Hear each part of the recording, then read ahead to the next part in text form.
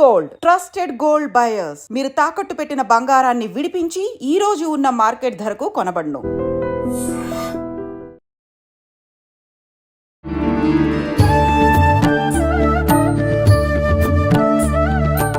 నమస్కారం, welcome to iDream. ధర్మ మార్గం విత్ విజిత కార్యక్రమానికి స్వాగతం. ప్రస్తుతం మనతో పాటు ఉన్నారు ప్రముఖ ఆధ్యాత్మికవేత్త ప్రొఫెసర్ సత్యనారాయణ మూర్తి గారు. ఇప్పుడు వారితో మాట్లాడదాం. నమస్కారం గురువుగారు. నమస్కారం విజిత. గురుగారు, మనం వాడుక భాషలో కొన్ని పదాలు ఉపయోగిస్తూ ఉంటాము. అలా చూసుకుంటే అదేమన్నా పెద్ద బ్రహ్మ విద్య, ఏముంది ఈజీగా చేసేయచ్చు, ఇలా మాట్లాడుతూ ఉంటాం ఇంట్లో సాధారణంగా పెద్దవాళ్ళందరూ కూడా. అంటే బ్రహ్మ విద్య అనేది ఒకటి ఉందా? అది నిజంగా అంత క్లిష్టమైనదిగా భావించవచ్చా? అంటే మనం ఏదైనా సులువుగా చేయొచ్చు అనే దగ్గర అదేం బ్రహ్మ విద్య కాదు అని వాడుతున్నామంటే ఇది చాలా కష్టతరమైందేమో అని చెప్పి అనిపిస్తూ ఉంటుంది.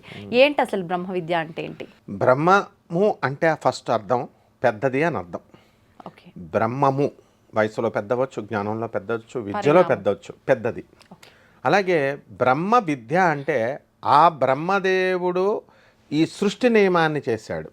ఈ సృష్టిని, మనుషుల్ని, జీవుల్ని, చంద్రుణ్ణి ఇదంతా సృష్టించాడు. ఇది ఏ మతం చెప్పినా సృష్టి అనేది దేవుడే చేశాడు, అందులో డౌటే లేదు. అయితే దానికి కూడా ఎవరిష్టం వచ్చినట్టు వాడు చేసేయడానికి కుదరదు. ఒక ప్రొసీజర్ ఉంది. ఆ ప్రిన్సిపల్సే బ్రహ్మ విద్య అంటే ఒక విద్య అనమాట. అది అంటే ఎవరిని ఎలా సృష్టించాలి. సపోజ్ ఫర్ ఎగ్జాంపుల్ టీ కాస్తున్నాం. మనం టీ కాసేటప్పుడు ప్రపోర్షనేట్గా వేస్తాం. పౌడర్ ఎంత వేయాలి, ఎంత పౌడర్ వేస్తే ఒక చిన్న స్పూన్ పౌడర్ వేయాలి. అట్లాగా ప్రపోర్షనేట్గా H2O, two parts of hydrogen and 1 part of oxygen, అలా ఎలా అయితే ఉందో అలా మనకి ఈ యొక్క మట్టిని ఎంత వేయాలి, ఈ పాంచభౌతిక శరీరం ఉంది, మట్టిని ఎంత వేయాలి, ఆక్సిజన్ ఎంత వేయాలి, గాలిని ఎంత వేయాలి, ఇలా ప్రపోర్షనేట్ చేయాలి. దాన్ని బ్రహ్మ విద్య అంటారు. అది ఎవరు ఇచ్చారు అని అంటే ఆ బ్రహ్మదేవుడు కూడా ఉపాసించాడు. ఎవరిని ఉపాసించాడు? జనని, లోకజ్జనని, జగజ్జనని దుర్గమ్మని ఉపాసించాడు. ఆదిపరాశక్తిని ఉపాసించాడు. ఆదిపరాశక్తిని ఉపాసిస్తే అప్పుడు ఆయనకి బ్రహ్మ విద్యనిచ్చింది. ఓం సర్వచైతన్య రూపాం తాం ఆద్యాం విద్యాం చ ధీమహి బుద్ధిం యోన ప్రచోదయాత్. దీన్ని జపించాడు బ్రహ్మదేవుడు, ఈ మంత్రాన్ని. ఇది దేవీ భాగవతంలో మొదటి శ్లోకం. ఇది మొత్తం సమస్త సృష్టికి ఇది ఆది మూలము, ఆది శ్లోకము. దీన్ని సృష్టించిన తర్వాత బ్రహ్మదేవుడికి జ్ఞానం ఉద్భవించింది. జ్ఞానం ఉద్భవించిన తర్వాత ఏం జరిగింది? సాక్షాత్తు శ్రీమన్నారాయణమూర్తి పడుకొని ఉన్నాడు పాల సముద్రంలో. ఈ పడుకున్న విషయం ఫస్ట్ బ్రహ్మకి తెలియదు. ఆ నారాయణుడి నుంచి కమలం వచ్చింది, మంచి తామర పువ్వు. అక్కడి నుంచి బ్రహ్మదేవుడు పుట్టాడు. బ్రహ్మదేవుడు పుట్టగానే ఆయన ఏమనుకున్నాడు? చూసి నేను ఒక్కడనే ఉన్నాను, ఇక్కడ విష్ణుమూర్తి పుట్టాడు, నాభి నుంచి పుట్టాను, ఈ విషయాలన్నీ తెలియదు ఆయనకి. నేనే సుప్రీం అనుకున్నాడు. అది అడిగితే అప్పుడు ఎవరైనా ఉన్నారా? నేను ఒక్కడనే ఇక్కడ ఉన్నాను, ఐ ఆమ్ ద సుప్రీం అంటాడు. అంటే అసలు నేను పుట్టించింది నాభి నుంచి వచ్చావు చూడరా నాయన అంటాడు విష్ణుమూర్తి. అంటే అప్పుడు తను తెలుసుకున్నాడు, ఓహో ఈయన పడుకుని ఉన్నాడని.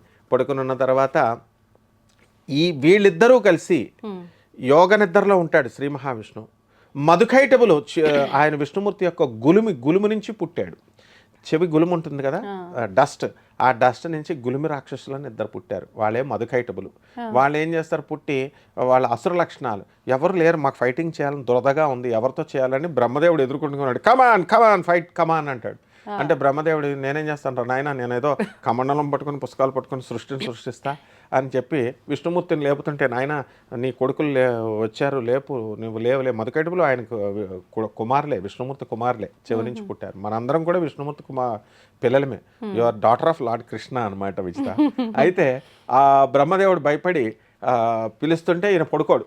అప్పుడు అర్థం చేసుకుంటాడు, ఓహో యోగ నిద్రలో ఉండిపోయాడు. అందువలన ఆ యోగ తల్లిని, ఆ జగజ్జనని ఈయన్నే పడుకోబెట్టేసిన ఆ జగజ్జననే కీర్తిద్దామని, ఎంత విష్ణుమూర్తిని లేపిన వేస్ట్ అని, యాదేవి సర్వభూతేషు నిద్రారూపేణ సంస్థిత నమస్తస్యై నమస్తస్యై నమస్తస్యై నమో నమః అని లేపగానే విష్ణుమూర్తి లేస్తాడు, మధుకైటబులతో యుద్ధం చేస్తాడు, చంపేస్తాడు. దీన్ని బ్రహ్మ విద్య అంటారు. అంటే ఏంటంటే ఎందుకని అలా పుట్టించారు, ఎందుకని అంటే ఒక పర్పస్ ఏంటి అసలు వాళ్ళని పుట్టించడానికి, చంపేయడానికి? ప్రతి ఒక్కళ్ళని కూడా పర్పస్ ఉంది, కాజ్ అండ్ ఇట్స్ ఎఫెక్ట్. ఇదే న్యూటన్స్ సిద్ధాంతము. ఆర్థర్ ఎడింగ్టన్ అనేటటువంటి ఫిజిస్ట్, సైంటిస్ట్, ఆయన ఏం చేశాడంటే ఈ సృష్టి అంతా రీసెర్చ్లు చేశాడు. చేసి ఏమన్నాడంటే లాస్ట్కి ఈ ఈ ప్రపంచాన్ని అంతటిని ఒక శక్తి నడిపేస్తుంది. నేను కనిపెట్టేశాను. ఏం కనిపెట్టాడు? శక్తిని కనిపెట్టలేదు. ఈ ప్రపంచం అంతటిని ఒక శక్తి నడిపిస్తుందన్న విషయాన్ని కనిపెట్టాను అంటాడు the great physicist sir Arthur Eddington. So ఆ విధంగా పర్పస్ అనేది ఉందన్నమాట. అదే బ్రహ్మ విద్య. కరెక్ట్గా నీ క్వశ్చన్లోనే ఆన్సర్ వచ్చేసింది. బ్రహ్మ విద్య అంటే there is a cause for everything. సృష్టించినప్పుడు మనం చేసుకున్న కర్మలను బట్టి ఫలితం వస్తుంది, కర్మలను బట్టి జన్మ వస్తుంది. కాబట్టి మనము ఈ యొక్క సత్కర్మలు చేసుకుంటే బుద్ధి కర్మానుసారిణి అన్నారు.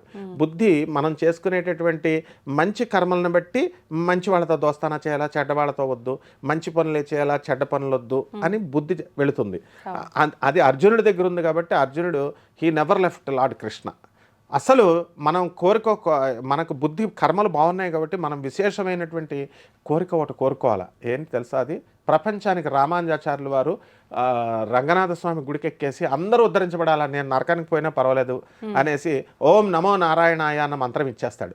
వాళ్ళ గురువు చెప్తాడు, నువ్వు ఈ మంత్రాన్ని కనుక నువ్వు బయట చెప్పావనుకో నువ్వు నరకానికి పోతావని. నేను నరకానికి పోయినా పర్లేదు సార్, అందరూ ఉద్ధరించబడాలి అంటాడు. అలా మనం అత్యంత సీక్రెట్ అయినటువంటిది ఒక విషయం చెప్పేస్తున్నాం జనాలకి. అదేమిటంటే లార్డ్ కృష్ణ అర్జునుడి మీద విపరీతమైన పక్షపాతం చూపిస్తాడు. ఇందులో డౌట్ లేదు.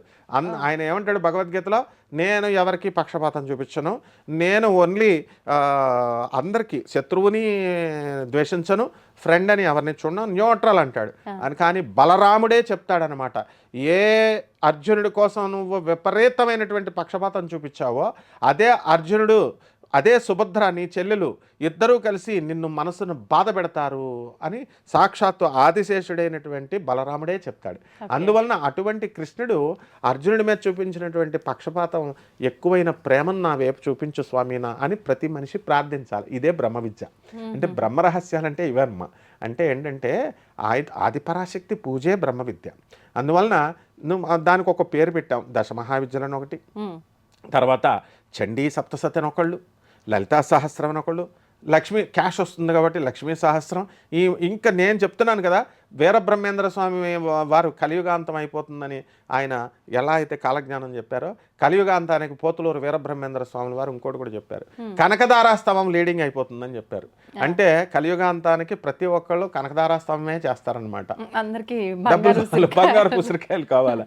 కాబట్టి ఈ బ్రహ్మము అంటే ఏంటంటే భగవంతుడు అనేటటువంటి పదార్థాన్ని మనము న్యూట్రల్ జెండర్ అది, అటు మగవాడిగా పగల పూజ చేస్తాము, అమ్మవారిని రాత్రులుగా సాయంత్రం సంధ్యా సమయం నుంచి పూజ చేస్తాం.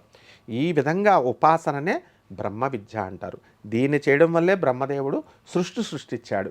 అంటే మనం సృష్టించాలి కాబట్టి అంత కష్టం కాదు కదా నాయన, చిన్న చిన్న పనులు కృషితో అవుతుంది అని మన వాడుక భాషలో అంటాం అనమాట.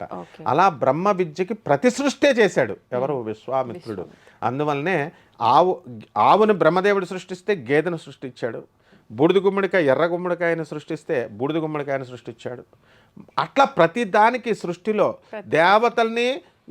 దేవతలను కూడా సృష్టించేశాడు. ఇక ఇంద్రుని సృష్టించబోతుంటే ఆపేరా నాయన అని బ్రహ్మదేవుడు ఇంటర్ఫియర్ అయ్యాడు. కాబట్టి మనం విశ్వామిత్ర వంశస్థులం, మనందరం కూడా మానవుడు, బుధకౌశికుడు ఆయన. కాబట్టి మనం బ్రహ్మ విద్య అంటే అదనమాట. బ్రహ్మకి సృష్టికి ప్రతి సృష్టి చేసేయగల శక్తి మనకు ఉంది సాధన వల్ల.